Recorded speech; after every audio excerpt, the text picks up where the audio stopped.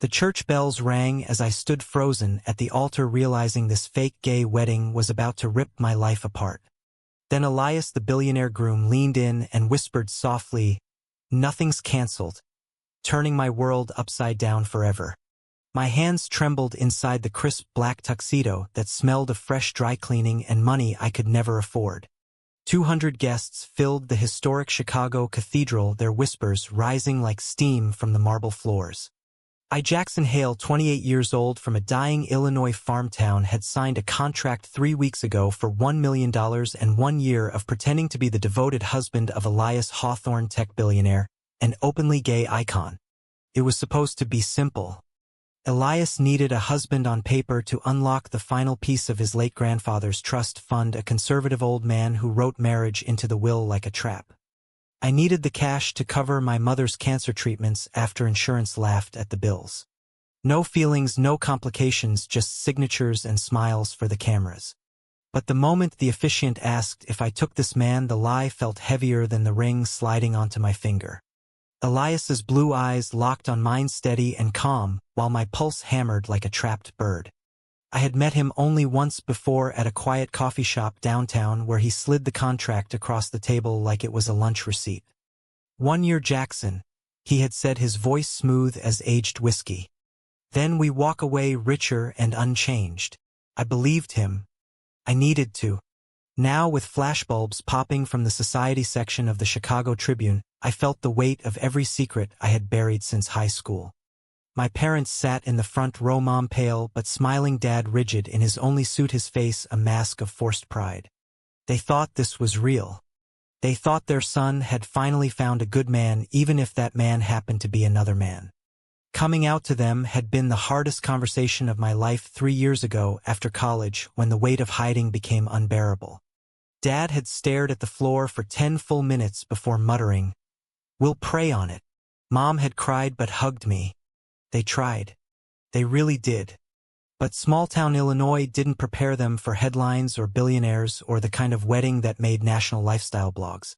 Elias squeezed my hand gently as we turned to face the crowd. His touch was warm, professional, nothing more. At least that's what I told myself. We walked down the aisle, rice and rose petals raining down while my mind screamed, "Run." This was supposed to be fake. So why did his whisper still echo in my ears like a promise I hadn't agreed to? Later, at the reception in the rooftop ballroom of the Hawthorne Tower, the city lights sparkled below like scattered diamonds. I nursed a glass of champagne, trying to smile through small talk with investors who clapped me on the back and called me the luckiest man in Chicago. Elias moved through the crowd like he owned the air itself, tall, broad-shouldered, in a custom Tom Ford suit, his dark hair perfectly styled. At 35, he had built Hawthorne Dynamics from a dorm room app into a cybersecurity empire worth billions. He was out, proud and untouchable, or so the magazine said. I slipped away to the balcony, needing air. The cool September breeze off Lake Michigan tugged at my tie. Footsteps behind me. Elias. He leaned on the railing beside me, close enough that I caught the faint scent of sandalwood cologne. "You're doing great, Jaxson," he said quietly. "Better than I expected." I forced a laugh. "Yeah, well, $1 million buys pretty good acting." He didn't laugh. Instead, he turned those blue eyes on me again, searching. "This doesn't have to feel like acting all the time." Before I could ask what he meant, his assistant appeared with more guests to greet. The moment passed. Back inside, my childhood best friend Marcus found me near the dessert table. We had grown up together, dodging football practice to sketch comics in his garage. He knew every secret I had, including the ones about boys I never dared name. "Dude, you look like you're about to puke," he muttered, handing me a fresh drink. "This is insane. Your folks are actually smiling. How long do you think you can keep this up?" I shrugged, swallowing hard. 1 year. Then divorce, quiet and clean. Mom gets her treatment, Dad keeps the farm. Everyone wins. Marcus glanced across the room at Elias, who was laughing with a group of board members. "And what if he doesn't want clean, Jax? Billionaires don't do anything without an angle." I waved him off, but the seed of doubt was planted. The night blurred into toasts and dancing. When the band played our first dance, Elias pulled me close, his hand firm on my lower back. We swayed under soft lights, and for 3 minutes the world narrowed to the steady beat of his heart against mine. "Relax," he murmured in my ear. "I've got you." Those 3 words should have been comforting. Instead, they terrified me because part of me wanted to believe them. By the time the last guest left and we rode the private elevator to the penthouse, my feet ached and my mind spun. The apartment was all glass and steel floor-to-ceiling windows showing the glittering skyline. Elias kicked off his shoes, loosening his tie. "Guest room is yours. Fridge is stocked. We'll talk details in the morning." He paused at the hallway, turning back. "And Jaxson, thank you. Really." Then he disappeared into the master suite. I stood alone in the living room, staring at the contract I had signed, now framed on the wall like a twisted piece of art. 1 year. Fake. Nothing more. But as I collapsed onto the king-size bed in the guest room, Elias's whisper replayed on loop. "Nothing's cancelled." What exactly had he meant? Sleep came slow, and restless dreams tangled with altar vows and blue eyes that saw too much. Morning brought sunlight pouring through the windows and the smell of fresh coffee. Elias was already at the kitchen island, scrolling through his tablet in sweatpants and a faded Northwestern tea that made him look almost normal. "Morning, husband," he said with a half-smile, sliding a mug toward me. I took it, black like always. He remembered. We sat in silence for a moment, the city humming far below. "Lawyers will handle the public story," he explained. "We met at a charity gala, fell fast, got married. Simple." I nodded, staring into my coffee. "And when it ends?" Elias set his mug down, his expression unreadable. "We stay friends. Or whatever you want." The whatever hung between us, heavy with possibilities I refused to name. My phone buzzed. "Mom." "Sweetheart, the photos are everywhere. You looked so handsome. We're so proud." Her voice cracked with genuine joy, and guilt slammed into me like a truck. I had lied to the 2 people who had sacrificed everything for me. Dad's farm was drowning in debt. Mom's chemo started next week. 1 year and it would all be fixed. I could live with the lie. I had to. Elias watched me carefully as I hung up. "Family?" he asked softly. I nodded. "They think it's real. They're happy." He reached across the counter, his fingers brushing mine for a split second before pulling back. "Then let's make sure they stay that way." The touch lingered like static. I pulled my hand away, pretending to check my phone. This was day 1 of 365. I told myself I could handle it. I was wrong. The first week of married life felt like stepping into someone else's dream. I kept my old apartment for show, but spent most nights in the penthouse because the contract required cohabitation for authenticity. Elias left early for the office, returning late, smelling of boardroom coffee and ambition. We developed a rhythm, careful and polite. He cooked pasta on Tuesdays. I handled laundry because it felt normal. We watched late-night news side by side on the massive sectional, never touching. My mother's first chemo round went smoothly thanks to the wire transfer Elias made without a word. Dad called to thank my son-in-law, and the pride in his voice twisted something deep in my chest. I was giving them security, but at the cost of a truth I wasn't sure I could keep burying. At work, my graphic design studio buzzed with questions. Colleagues who barely noticed me before now wanted selfies with the guy married to Elias Hawthorne. I smiled through it all while inside I counted the days until freedom. Then came the first crack. Saturday morning, Elias suggested we visit my parents in Peoria for the weekend. "They need to see us together," he said over breakfast. "Keeps the story solid." I wanted to refuse, but Mom's hopeful text sealed it.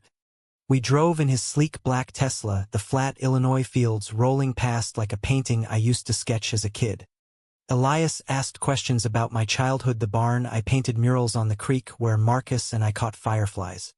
He listened like every detail mattered. By the time we pulled into the gravel drive, my stomach was in knots. Mom hugged us both at the door, tears in her eyes. Dad shook Elias's hand, gripping hard the way men do when measuring worth. Dinner was pot roast and stories. Elias charmed them, effortlessly talking tractors and football like he hadn't grown up in penthouses. Watching him laugh at Dad's bad jokes, I felt a dangerous warmth spread through me.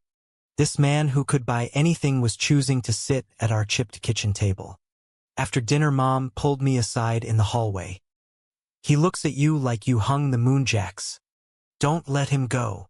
Her words landed like stones. I mumbled something about love being complicated and escaped to the porch.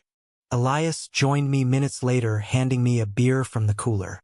Fireflies danced in the dark just like old times. "Your family's amazing," he said quietly. "You're lucky." I snorted. "Lucky? They still pray for me every Sunday hoping I'll wake up straight." The words slipped out harsher than intended.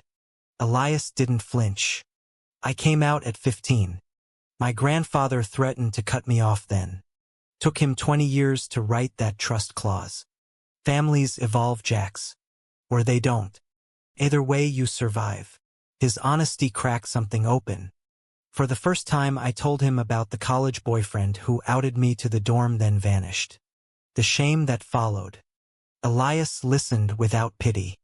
When I finished, he simply said, "You're braver than you know." We sat in silence, the kind that felt safe. Sunday brought church and more performances. Back in Chicago, the week blurred. But the balcony moment replayed in my head. Elias's whisper. His hand on mine. I pushed it down.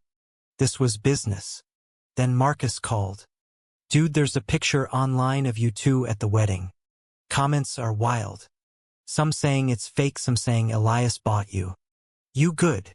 I laughed it off, but the doubt crept in. That night, Elias worked late. I wandered into his study looking for a book and found a folder on his desk labeled Jaxson Agreement. Inside were my medical forms, bank statements, even a background check. But at the bottom, a handwritten note in Elias's sharp scrawl. "He's not just the contract. Not anymore." My heart stuttered. I closed the folder and left the room fast. Monday brought the first real fight. A tabloid ran a story questioning our whirlwind romance, calling it convenient timing with the trust fund deadline. Elias slammed his laptop shut at breakfast. "We need to be seen more. Dinner at Lou Bernardine tonight. Smile for the cameras." I snapped back, "I'm not your prop, Elias. This was supposed to be private." He stood towering, but his eyes softened. "It stopped being private the day you said yes, Jaxson. We're in this together now." The air crackled. I stormed to the guest room, slamming the door. Later, he knocked softly.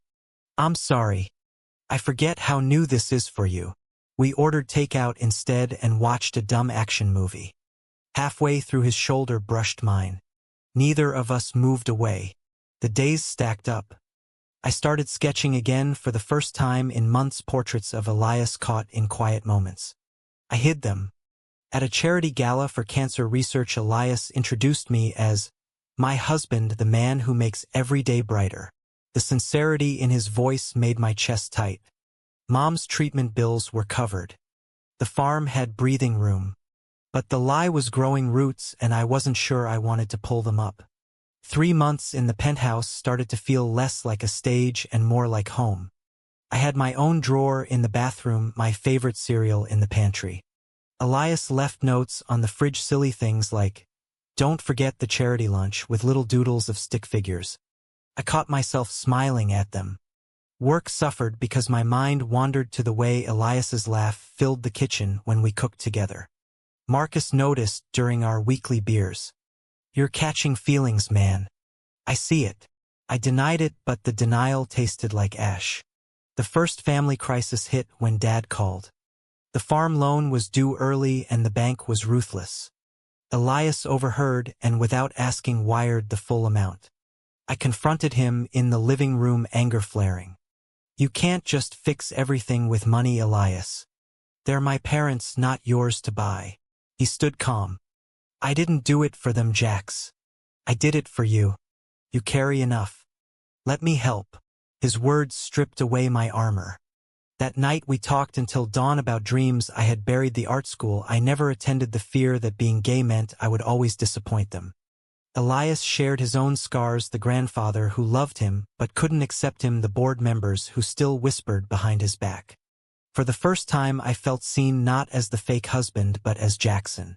Our public appearances became easier. Hand in hand at gallery openings, kisses on the cheek for photographers. Each touch lingered longer. One evening after a benefit, we walked along the lakefront, the city lights reflecting on the water. Elias stopped under a lamppost. "Remember the wedding whisper?" he asked. I nodded, heart racing. "I meant it, Jax. Nothing about us feels cancelled to me." "Not anymore." I froze.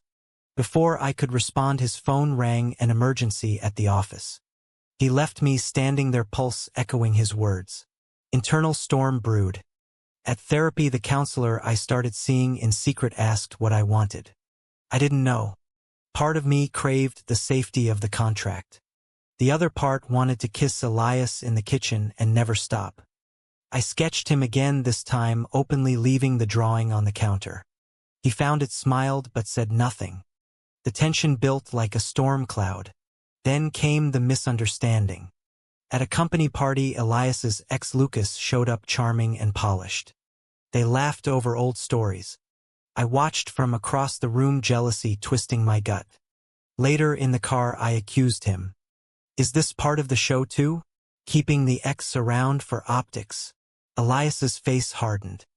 "Lucas is just a friend. You're the one I married, Jaxson." The ride home was silent. That night, I slept in the guest room for the first time in weeks, feeling the distance I had created. Morning brought flowers and a note. "You're not a show. You're my choice." I stared at the card for 20 minutes. My mother called, sounding stronger than she had in months. "Your husband is a keeper, Jax. Don't push him away."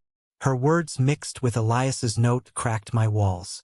I found him in the study and apologized. He pulled me into a hug, real and warm. "We're figuring this out together," he murmured. In that moment, the fake started to dissolve. But society wasn't done testing us. A conservative blogger dug into my past, posting old college photos with the ex who outed me. Comments flooded, calling our marriage a publicity stunt, a billionaire's toy. My father saw it. His call was short and cold. "Is any of this real, son?" I hung up, shaking. Elias found me on the balcony, tears I couldn't hide. He didn't speak, just sat beside me until I leaned into his shoulder. "I'm scared," I admitted. "Of losing them. Of losing me." He kissed my temple softly. "You won't lose anything worth keeping. I promise." His certainty wrapped around me like armor. 6 months in, the cracks became fissures. The blogger story snowballed. Paparazzi camped outside the tower. My studio lost 2 big clients, citing image concerns. I snapped at Elias over breakfast. "This is your world, not mine. I'm drowning." He tried to reassure me, but I stormed out, driving to Marcus's place.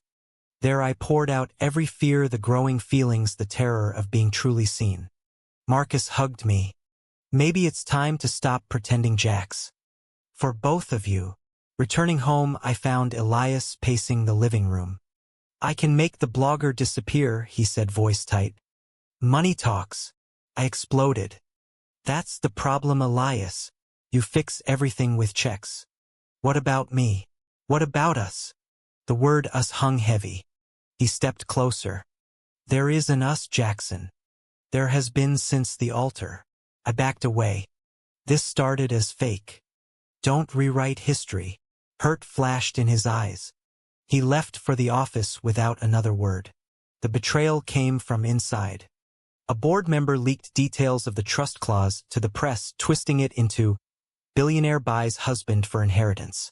Headlines screamed across every site. My parents called together. Dad's voice broke. "We supported you, son. But this? Paying you to lie to us?" Mom cried in the background. I tried to explain, but the damage was done. They asked for space. I hung up, feeling hollow. Elias returned late, finding me packing a bag. "Don't go," he said quietly. "We can fight this." I laughed bitterly. "Fight what? The truth?" I was bought, Elias. And now everyone knows. He reached for me, but I flinched. I never saw you as payment, Jaxson. Not once. His voice cracked.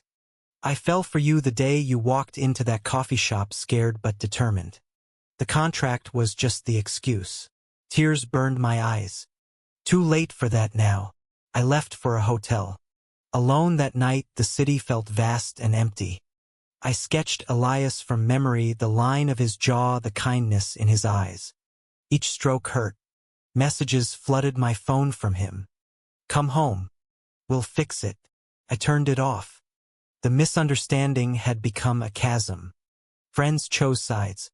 Marcus urged me to talk to Elias. My heart urged the same, but pride and fear won. 3 days later, Elias showed up at the hotel. One conversation, he pleaded. In the lobby coffee shop, he laid everything bare. The grandfather's will, the pressure, the moment he realized the fake marriage was the best thing that ever happened because it brought me into his life. I love you, Jaxson. Not the contract. You. The words shattered me. I wanted to believe him.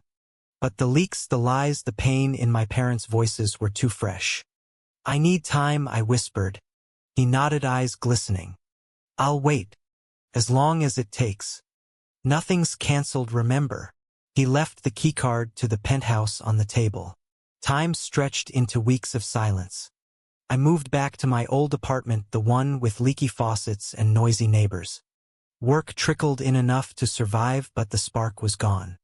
Mornings I sketched Elias again and again, each drawing a confession I couldn't voice. Mom texted once. We're hurt, but we love you. Come home when you're ready. Dad stayed silent. The farm was safe thanks to Elias, but gratitude tasted bitter. Elias respected the space. No calls, no surprise visits. Only one text after 2 weeks. I'm here when you want to talk. Miss you every day. I read it 100 times. Therapy helped.